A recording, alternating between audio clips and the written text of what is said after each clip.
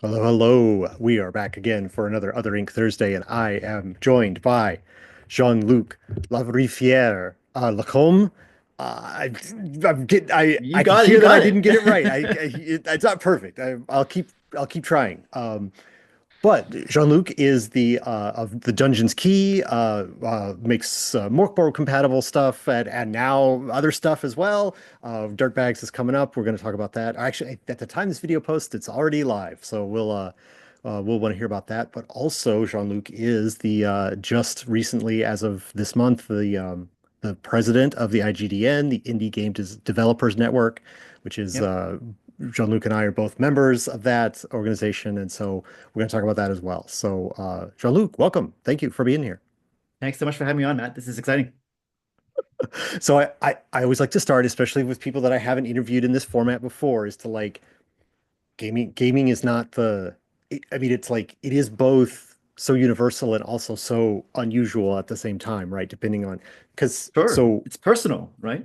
well, but I mean, like many children play board games, and they're like some of the oldest human things are Senate sets out of Egyptian tombs and like nine man's Morris carved on like soldiers' Yep. barracks and stuff like that. So like games are things that humans do, but like it's a very subset of games, the things that we do with the role playing and especially the indie role playing. So Yep. where does games start for you? And like what made you take notice of games as a thing to do? Yeah. So it was a great question. And I especially around tabletop games, I think, we all grew up playing board games. And originally I actually my first gaming love were actually PC games.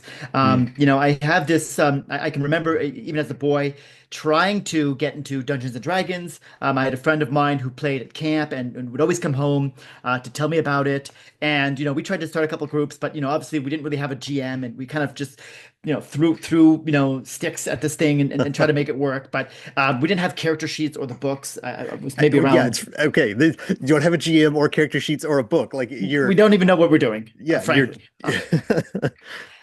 But but you tried. You had heart. 100%. And then from that point on, I think the role playing piece kind of always stuck in my mind.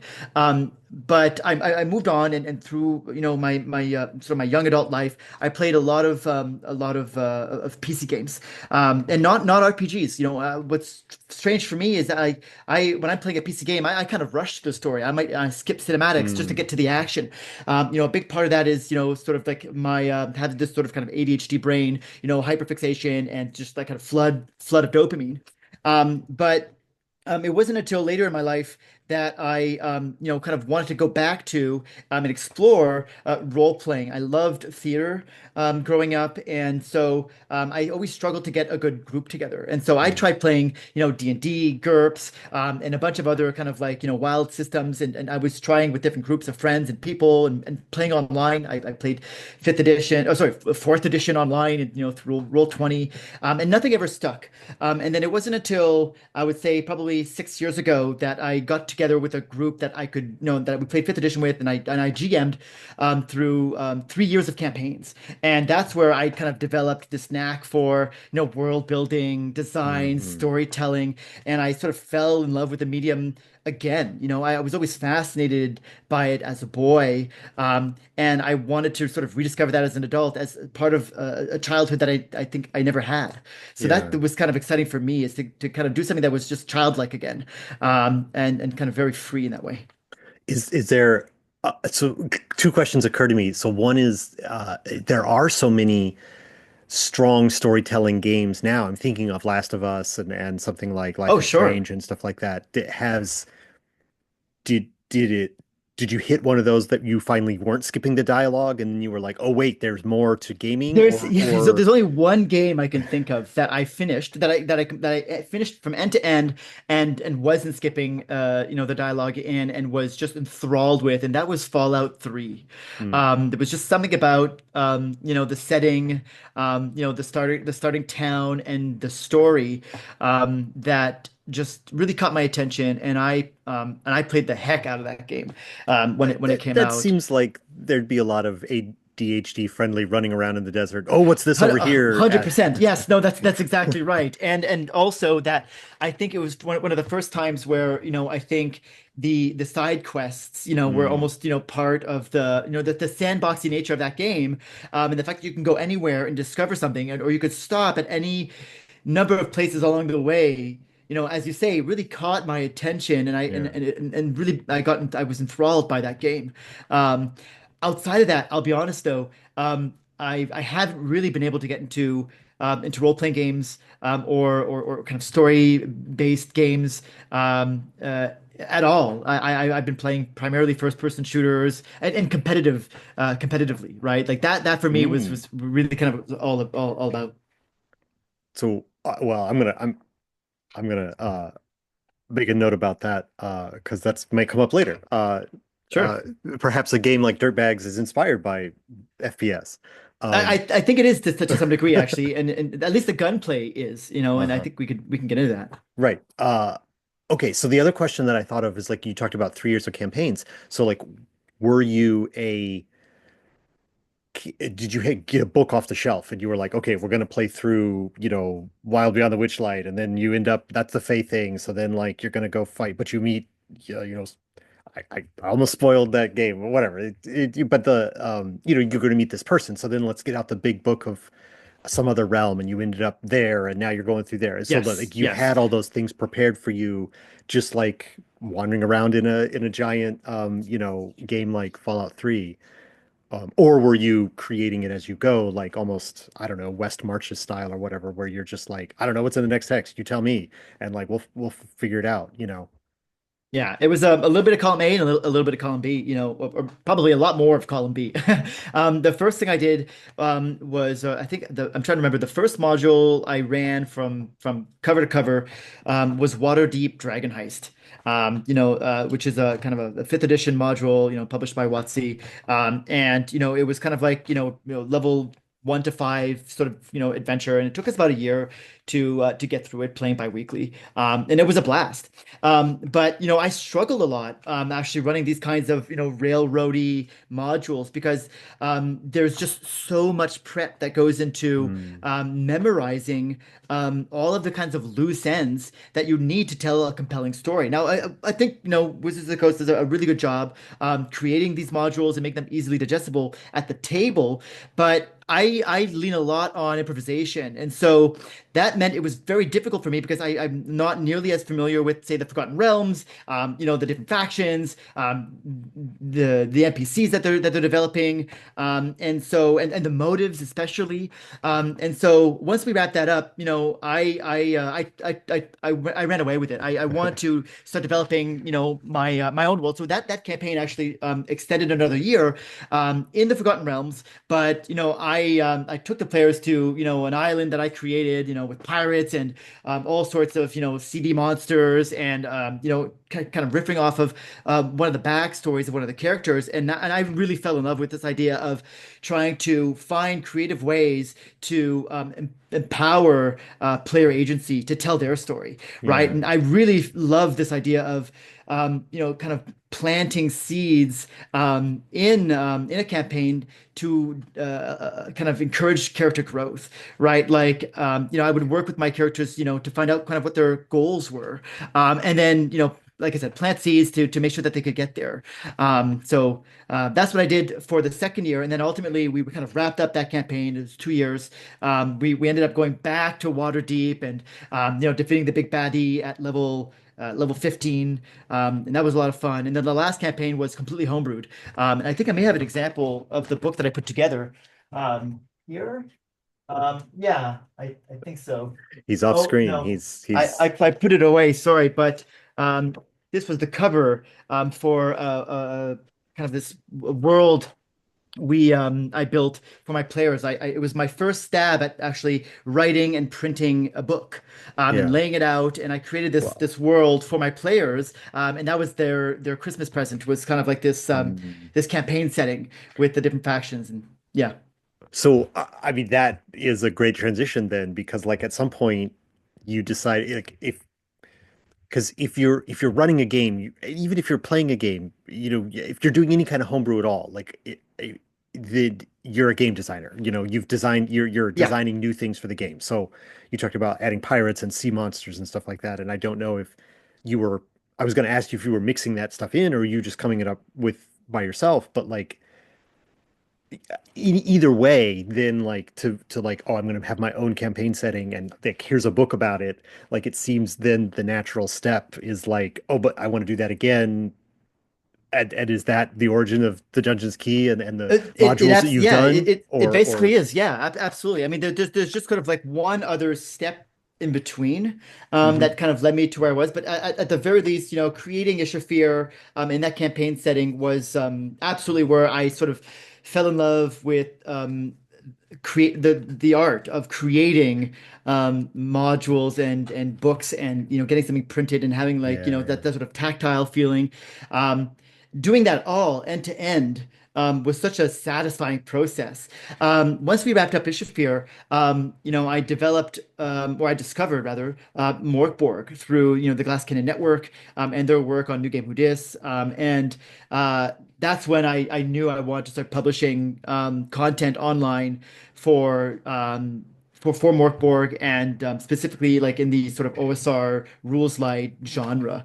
And so after I started doing that, just putting stuff up as sort of pay what you want and actually seeing some benefits of that, like folks, buying stuff for a few dollars here and there, enough to get me a coffee to start, and then eventually to buy another module and then another book. And so I was able to, for instance, purchase Death in Space using, credits from yeah, was it maybe Death in Space, maybe Death in Space, and I think maybe Into the Odd. Using the money that I made, selling Morkborg supplements. Yeah. And, that for me was incredible. I never thought that I could just, create stuff, put it out there, and then have it pay for the hobby. So that's really how I got started. So stuff that I mean, I was on your website just a second ago, and the it's so stuff like the Dwellers in the Bog and Karlov's Tomb. Is that what it was? Did I Yeah, already misremember? Kavlov's Sanctuary, the Dwellers of the Bog. Kavlov's Sanctuary, very different from Yes. Karlov's Tomb. Uh, sorry. But can I use that? Yeah, I wanna. Sure, yeah, coming soon, Karlov's Tomb. Yeah, We'll exactly. talk about it. But the the but like, are those those modules also then follow from your campaign? Or those like pieces that you kind of already had ground tested with the campaign that you made, or are they No, completely new it's material? completely new material. Yeah, I think the Morkborg like setting the of kind of the Dying Lands for me was Hmm. just so interesting. The game itself allows for just so much creative freedom, and it's the setting is compelling enough and kind of visceral in ways that I didn't realize just how much of a sort of a dark sense of humor I had until I started developing for Morkborg. Because I'm not really a huge fan of horror. Like I don't like Yeah. watching horror films, but kind of the sort of the satirical over the top nature Mm. of Morkborg was a lot of fun to explore. So um, yeah, Kavla Sanctuary and Dwellers of the Bog were two campaign settings that I wrote for Morkborg that actually bore out of a desire to grow the Dungeons Key, but also to develop my own skills in crowdfunding and to see just how far I could take this whole publishing thing. Yeah. So what does the Dungeon's Key do now? I know the answer to this question, but tell people Sure. who don't know, you've got these books that are they're I don't know, what are they, 100 pages? I mean, 100 pages, yeah, they're not 100 giant, page but they're hardcovers, yeah. also They're not not small. tomes, right? They're not Um, Bibles. But but you've I also got zines. That's right. Yeah. So we do I do a little bit of everything. Originally, in fact, frankly, up until now, I've done supplements exclusively for Mm. Death in Space, Morkborg, as well as Old School Essentials. I think that was having a core system on which to build, and really really generous licensing. From the folks at the Stockholm Cartel, made it so that well, not just and Necrotic Gnome, obviously for also essentials, made it so viable to create content and profit from it, right? So I could take Right. that money and reinvest it into the business and do those kinds of interesting things. So yeah, I mean, primarily I zines think and hardcovers. those two, especially, it's, obviously the Morkborg thing it's kind of a thing. It Uh, is a thing. but even, I mean, obviously doing all the spoofs of it, like Duck Borg and Bork Bork and Yep. all the Smurfborg or yeah whatever yeah it yeah was. Yeah. all the Yep. goofy ones. But then Yep. there are plenty that are just like, hey, you like a dark dungeon? Here's a dark dungeon. Use the same rule set. Hey, you like, I don't know, a collapsing cloud fortress? Like, yeah, here's, I wrote that, 24 pages. Here it is. Yep. Um, and like Mothership, I think is the other one, the other example of a like boggles me as somebody who's in the industry, right? Like how excited the fan base is, how expansive it is. Like Yes. there's so many people, like you said, it is generous licensing that nobody's trying to keep it too close to the chest, but other games have that, but they haven't caught on in that same way. There's tons of, not tons, but there's pretty generous licensing for like something like Free Leagues, uh, uh, um, the Zero Date, not Zero Day War. That's my The game. What's Symbaroum.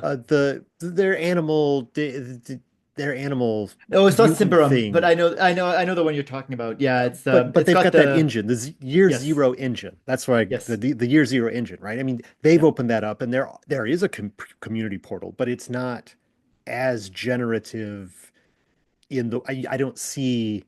that's right.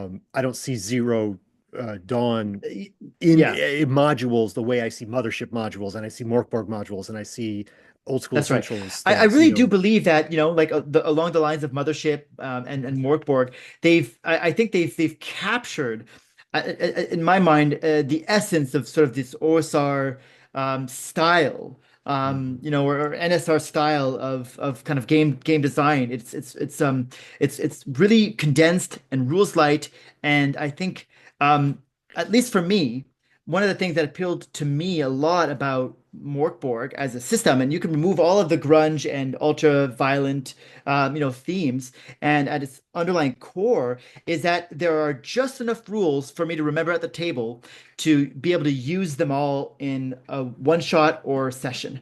Mhm. And it's not to say that, for instance, games like, Vampire the Masquerade or Pathfinder, first and second edition that are kind of quite a bit more crunchy can't be successful. And in fact, it's quite the contrary. But at least for me, and I think what makes creating for those games much more appealing to a larger audience is the simplicity, right? Mhm. When I'm creating content, the freedom to do whatever I want and to have only a few rules to work with makes it much easier to develop. From a design perspective. So, like, having just said that, then, like, why are you taking a risk and making your own game on your own system? And Yeah. why are you why are you striking out in that way? Just new creative challenges, or it just didn't fit the. Yeah, or maybe I'm wrong. It doesn't work the same way. Like the rules are they are pretty different, right? For dirtbags is what I'm Oh talking yeah, about. absolutely. So the rules in Dirtbags, I mean, at its core uses um, before I jump into Dirtbags, I'll preface this by saying I'm very strange when it comes to my creative endeavor, like my Mm, artistic endeavors. When I still will write and play music occasionally, as a singer-songwriter, but I don't listen to music. I'm not a very large consumer of art. I much prefer to just put out art. mm, So I don't play a lot of RPGs, and I don't even read a lot of RPGs. To a fault. I think there's so much out there that I could learn from. mhm, But that's not why I do this. I do it because for me it's sort of a creative outlet, and I mm. like to challenge myself, and to kind of find the problems, and sort of kind of work through them and play test. And so, at least for me, when I thought of Dirtbags, I there was no system that came to mind, that I could use to kind of that just kind of automatically answered or solved the problems that I was posing that I had that I was posing Yeah. for Dirtbags. It did, I couldn't think of Cyborg or Traveler or some other sci-fi set of rules that outlined exactly how I felt about a game. Hmm. If that was the case, I don't think I would have created that game. I likely would have just created modules for something that already existed.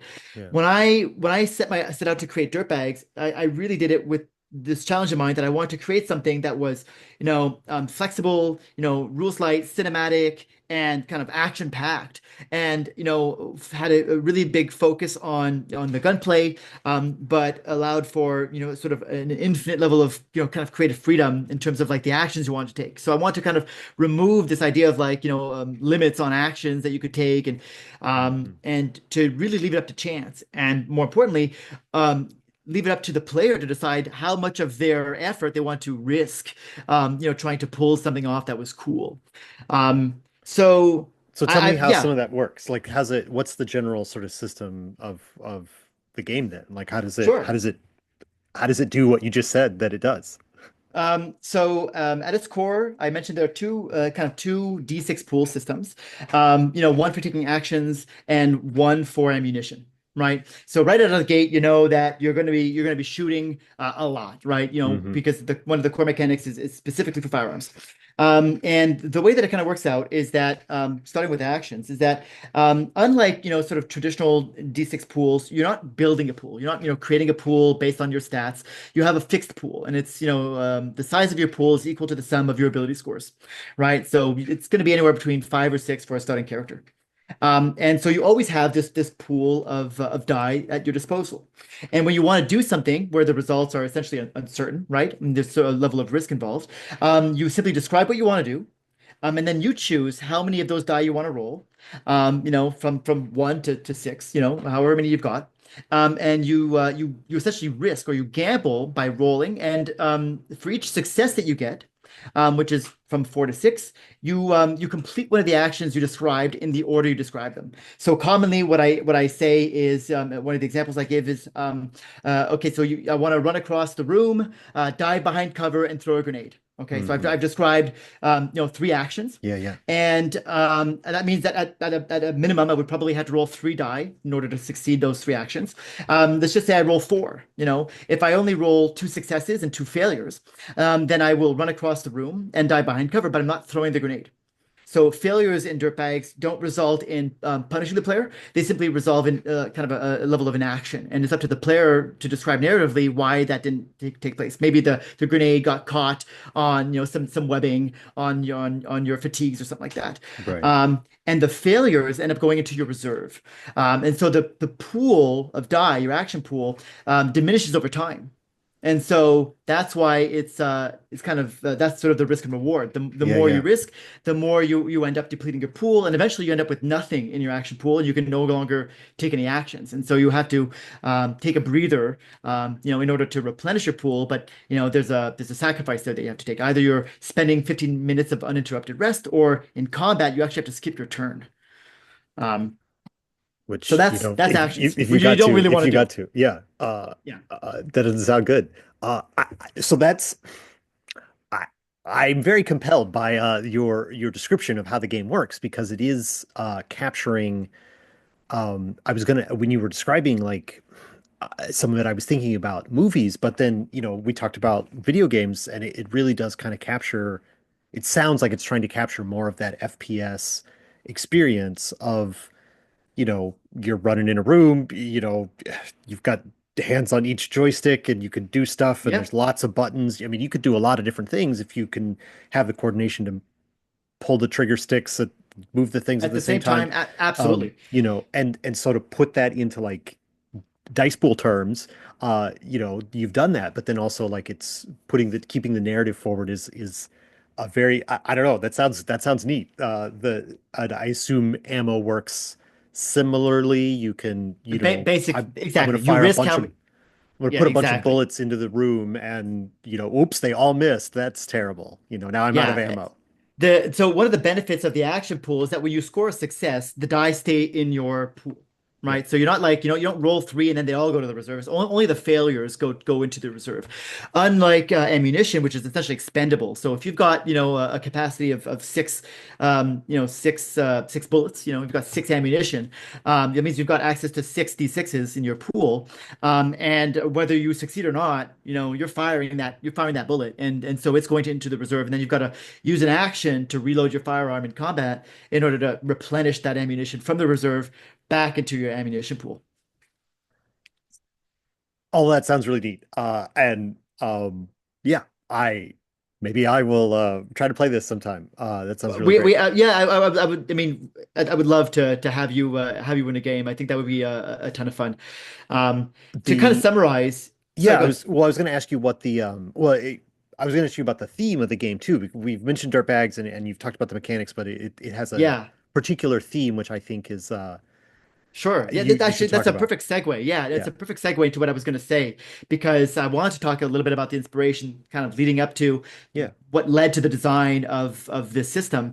And at its core, Dirtbag is essentially a kind of a social commentary on sort of this sort of dystopian culture, corporate run world that we're kind of heading in, where private prisons and Oof. incarceration and social classes and all of these sorts of injustices, right? Kind of this Hmm. this kind of machine that just churns, citizens in and out of penitentiaries, right? Right. So that's the base theme. Players are actually taking on the roles of convicts in the game, joining the RIP, right? The Rehabilitation Incentive Program, that is run by the corporate echelon. It's awful. The whole thing is terrible. Yeah, it's such a terribly feels too accurate. It feels too accurate, Jean Luc. It feels Sure. too accurate. And I'm kind of trying to overlay, some satire on top of that, Hmm. with Dirtbags, the name itself, and the inspiration really comes from movies like, or and books, frankly, like Starship Troopers, Tank Girl, Aliens, these kinds of settings where, even though the world is awful and shit, the it it the characters, the players themselves, don't really feel it. Like they're kind of above it all, and Hmm. it's really kind of this sort of the giving the flipping the bird to kind of those corporate entities. Like they're in the machine, and they know it, Yeah. and they're gonna do whatever it takes to live. So Yeah. all that to kind of to segue into yeah, one of the scenes that really inspired the system that I want to kind of talk about was from the Starship Troopers movie, where Hmm. Rico runs up this sort of escarpment and jumps on the back of this giant bug. He's holding on with one hand and he's using a rifle to shoot a hole in the back of the carapace of that bug and then stuff a grenade in and jump off. Like that's like a million things. Like in That's terms four of actions at least. yeah, at least, right? But I wanted to give players the ability to do that. Hmm. Frankly, I wanted someone to be able to say that I'm going to jump off. I'm jumping off, and I'm going to shoot a hole in that carapace, stuff a grenade, and jump off. There you go, four actions, right? And so that was the inspiration. That scene really was kind of the inspiration behind the system, and I wanted to make sure that shooting your gun was fun. And so I made it a free action. Right, so you don't have to declare firing your weapon as part of the actions that you're taking. It's free. You can fire before, between, or after Interesting. your actions. So you can always pull the trigger, even when you're incapacitated, because it tells a story. Yeah. Yeah. Hmm, that's uh I'm a fan of Starship Troopers and Aliens and the Tank Girl is on my list. I got obviously a long list of things. Sure. So this uh it's such an interesting way to try and capture that feel to throw it so narratively. One thing I don't know if you're done. So one thing that occurs to me, especially because Starship Troopers is one of those things that like, especially the movie, well, and RoboCop is by the same director, and like both of those films are often sort of like they are so strongly satirical, Yes, and people sometimes miss that they are satirical, that's right. and I don't know if you've thought about that with this game where there is sort of um, I mean, I think the Suicide Squad films have Yep. run up against a little bit of this as well, where it's like, this is not proposing this as a good idea. This is proposing No, this that's as right. part of a bad This is idea. terrible. This is terrible. And yet there's people who will misread it potentially, or either willfully or ignorantly. I don't know.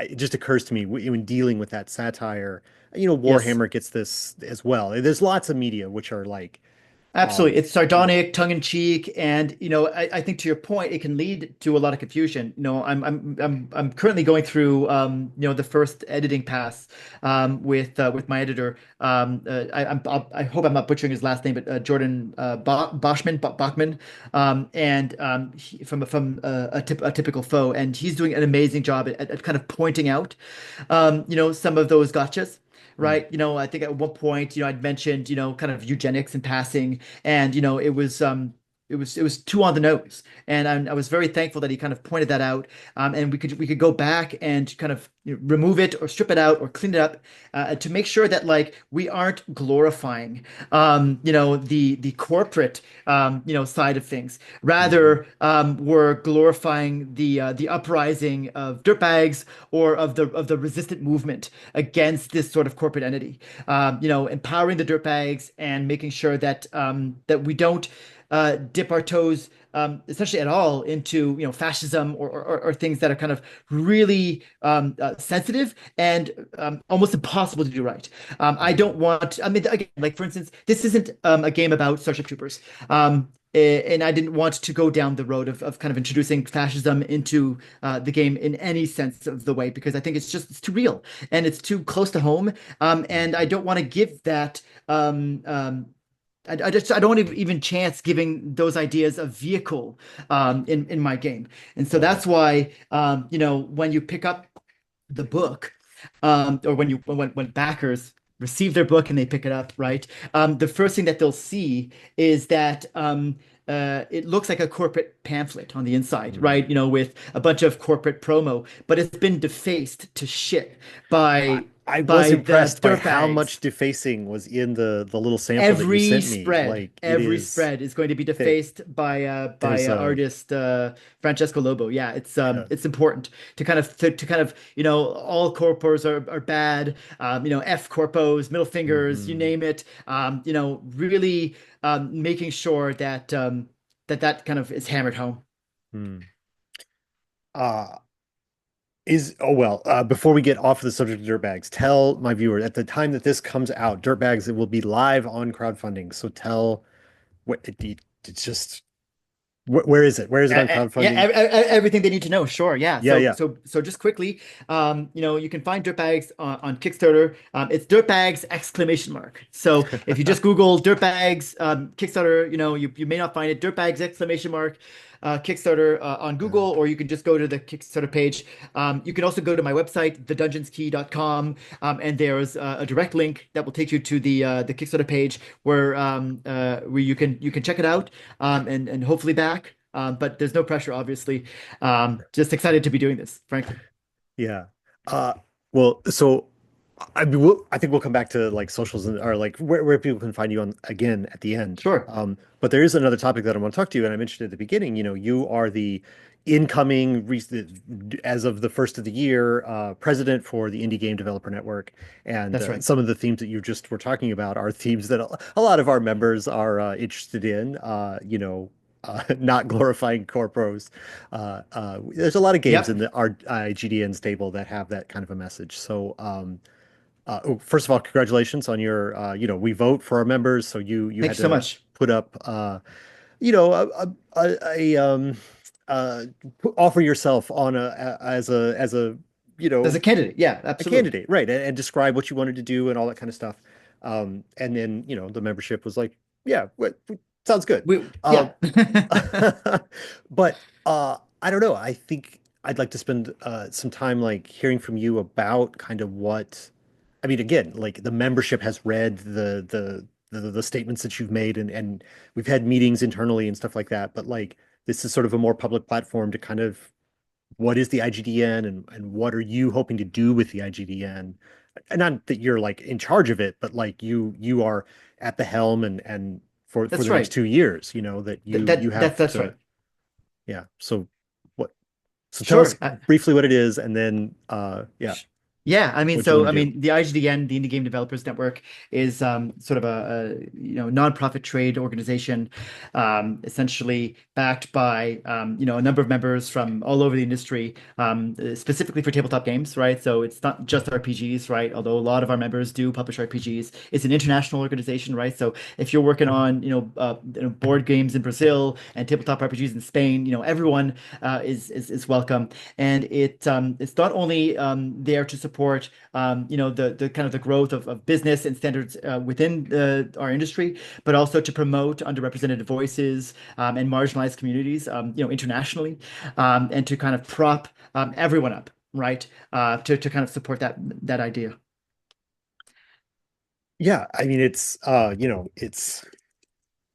like to say that it's like it's part like we share the information with each other. Yeah, If anybody learns anything, they're likely to share it. It's a internal reference. It's like a resume type situation. Like, oh, hey, you're working on this. You worked on this. You want to work on that for me in my book. We're trading skills and absolutely. and assignments back and forth between each other. So Yeah, and just I know the conventions part of it is a big thing that absolutely. the leadership team organizes going to conventions. So, and if people have watched all of my channels, they probably heard me say all this before. But this may be somebody's first time, and if you're a booths are very expensive at almost every con, and especially the big ones. And so to pool those resources together as a Yeah. membership of a lot of people to be able to show up at Gen Con and have your product for sale, like it's not easy to do that by yourself. Sure. Yeah. I mean, I think, and It's not and easy to and do it as a membership either, but it is easier that's if right. Well, you've it's, got it's other certainly people easier when we're, together. when we're able to pool our resources together. And I totally agree, right? That, as much as possible, it's easier for us as a trade organization and collective to be represented by or at least interacted with, like larger organizations, like distribution companies, will likely are far more likely to work with us as an organization than say they are with like individual indie publishers, for instance, Right. right? So Right. so we've got lots of benefits, through distribution deals with, say, ACD. Some of our members are in touch with the folks over at Studio Two.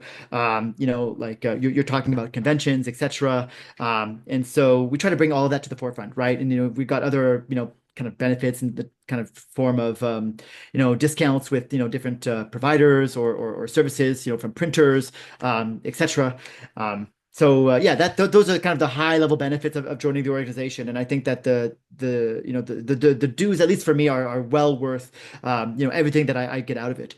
But you asked earlier, like kind of what was my take on becoming president and sort of Yeah. where I see us going, and I can kind of address that now. I think first, I'm just so grateful to have been elected. I'm I can't thank the membership enough for trusting me in this position to kind of come in and help steer the ship. And I really do mean helping, because there are so many volunteers it takes. You included, Matthew, in kind of everything that you do to kind of make sure that we all get the most out of this organization. So it's not something I can do alone. But what I want to absolutely do is to just make sure that we keep moving forward, right? And supporting our members and providing a safe space. Obviously, with the incoming administration in the United States and sort of even just sort of right-wing politics, kind of growing across the Yeah. globe, like I think it's super important You're that only we slightly behind us up there in Canada, so I know. And so I think it's super important that we support, all underrepresented and marginalized groups mhm. from the LGBTQIA plus community. It's and as just as a whole. So obviously, we want to try to grow our diversity sponsorship program, and try to kind of establish more partnerships and grow the funding in that regard.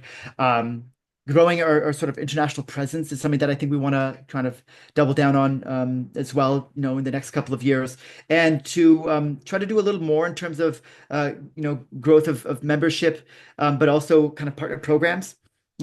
Reaching out to larger organizations like the like the affinity folks, so to try to get discounts on software, reaching out to different distribution companies and printers, etc. Working with crowdfunding platforms like BackerKit and Kickstarter to try to encourage members to use those platforms to grow their business.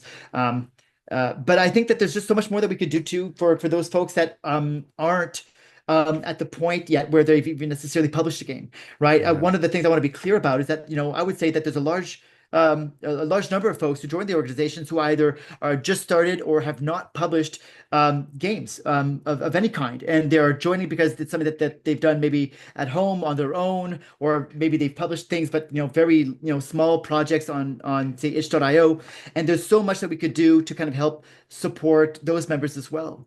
Yeah. Through launching indie game jams, to bringing in resources from outside the organization to provide meaningful content on say I don't know, how to launch a crowdfunding campaign successfully, or how to, or maybe like introducing members to, DEI training, and things of that nature, right? Having just kind of seminars internally for the group. So there's lots of things that I'm excited for in the next couple of years. But, being that it's only January, we're still trying to kind of wrap our head Right. around all of the work that was left over from the previous administration, and making sure that those things go through, right? Like the Hmm. Indie Groundbreaker Awards, which is something that we launch each year, attending some of these larger conventions like Breakout, sorry, not Breakout, but Gen Con, PAX U, etc. Sorry, I'm kind of going on a tangent here, but there's just so much that we do that I want to There's make sure that we just keep going. there is a lot. There's a lot, and it's almost hard to. Uh, I mean, you mentioned the volunteers, right? And I have been on leadership in the past, and That's right. it is too much for a leadership team to do. So like the having a robust sort of volunteers, and one thing that a lot of the things that you mentioned, like I think the the diversity sponsorship and the groundbreaker awards, like those are things that, like, I mean, and this is like I'm about to turn into like old man yelling at cloud, but like I don't know, like 6 or 7 years ago, that was like the awards and the award show, which was a live event at Gen Con, Yeah, and the whole memberships, that was all one person was doing all of that, and I'm like, how? When were you sleeping? And so bringing in, setting up those things to have more people to do those things, where there's like, yes, the leadership team is responsible for like the keeping the membership going, keeping the organization, um, uh, you know, frankly, sometimes financially solvent. Like, I mean, sure. there's concerns about like that the organization has to do, but then like there's so many opportunities for the membership to initiate some of these things. Like you mentioned Absolutely. a game jam, and I wrote that down. I like a game jam. Like, let's talk more about that. But that would Let's do be it. membership generated, right? And so I think that's like at least for me, that's my, I didn't mean for this to be like me giving you ideas as much, but like I think that there is such an opportunity for members to take hold of some of these bigger projects that have in past years, when the organization was smaller and they were done by people who were on leadership, but it's too big. Like you can't, Absolutely. those 6 people can't do everything. So to have like somebody who's going to spearhead the various projects outside of the membership, and making those teams, building a depth of knowledge about how the process works, I think is Absolutely. obviously this is a challenge that like any the things that I've just outlined are things that like every volunteer organization sort of deals with, Well, yeah, we'll like struggle with, or yeah, and I totally agree. it's Like it's not a empowering. unique problem for gamers. Correct. That's right. And empowering the members of the organization to volunteer or to come up with ideas and to present those ideas to leadership, I think is super important. Right. Like it's part about I mean, I think it's part of giving those creators a voice, right, Hmm. within the industry, and to do the things that excite them, because to your point, like there's not like there's only so much that I can do, and other members of the leadership could do, and I think that it's unfortunate sometimes when you know, all of that work hinges on the shoulders of, say, one or two individuals. You know, Hmm. it's I think that it's you might have a really, really great year that way, but if ever, you know, that individual leaves the organization or takes a step back, then suddenly the organization suffers as a result. And Hmm. that's why I think it's super important to try to, you know, have our eggs in as many baskets as possible, and empowering the membership and incentivizing the membership to do that. I think is another really good way to kind of keep things moving and fresh and exciting, because I think we all benefit when the more people we have participating, you know, so that's super important to me as well. I don't know how much of uh, I, I don't know that I have a huge reach with my audience, but I know that there's one thing that we need some outside members, members from outside, or we need some judges from outside the organization. That is right. Do you want to say what we need those for? You give that as Yeah, absolutely. I mean, so we kind of we chatted about it a bit before. Every year, you know, we host the Indie Groundbreaker Awards. I think, you know, at least from what I've seen, I think that it's an award ceremony that's really well respected in the industry. You know, folks, you know, kind of around the industry can submit their games to be reviewed by a series of judges, and we are coming now to that point where we are looking for judges for the submissions, the 2024 submissions of the Indie Groundbreaker Awards.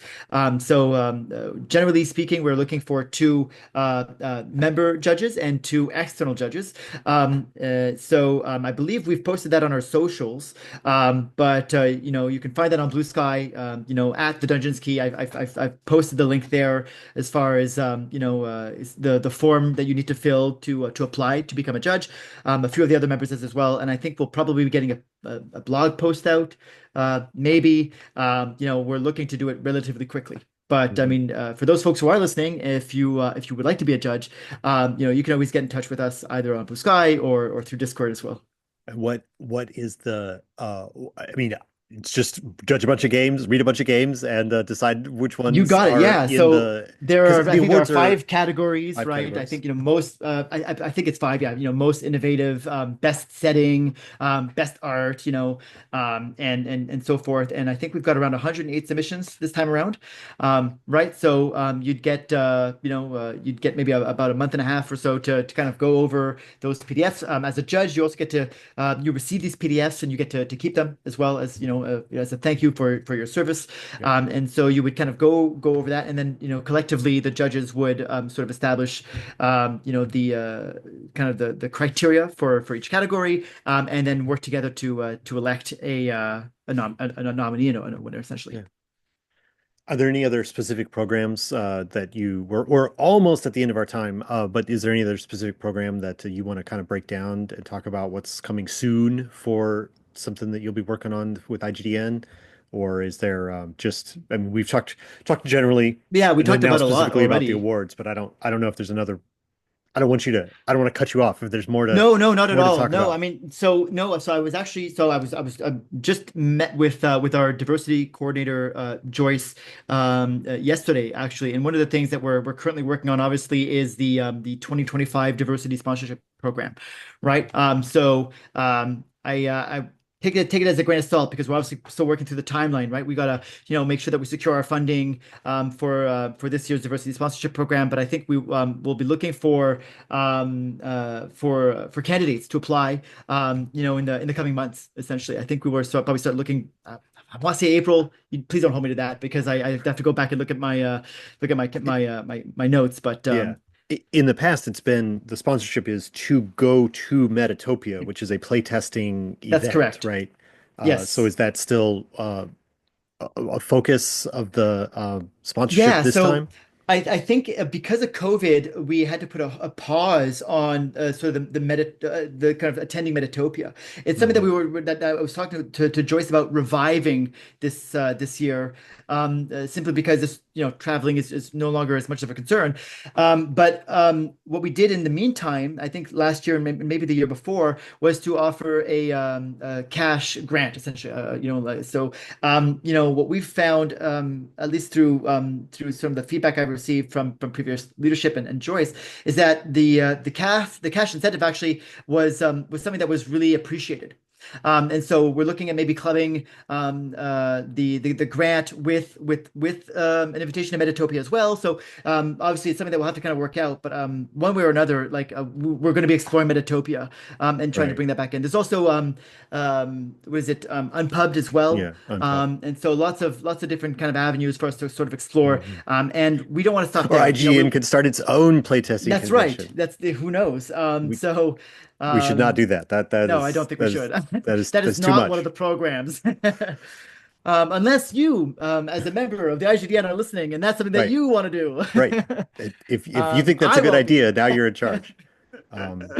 Um, But we're not going to stop there, and I think, just brainstorming with Joyce some of the things that we could do to try to incentivize, candidates to participate. I think a part of that is also that we kind of collapse. We previously had a mentor mentee program that was separate from the diversity sponsorship, but we kind of clubbed that now with the work that we're doing with the diversity sponsorship. So we actually, are taking some of the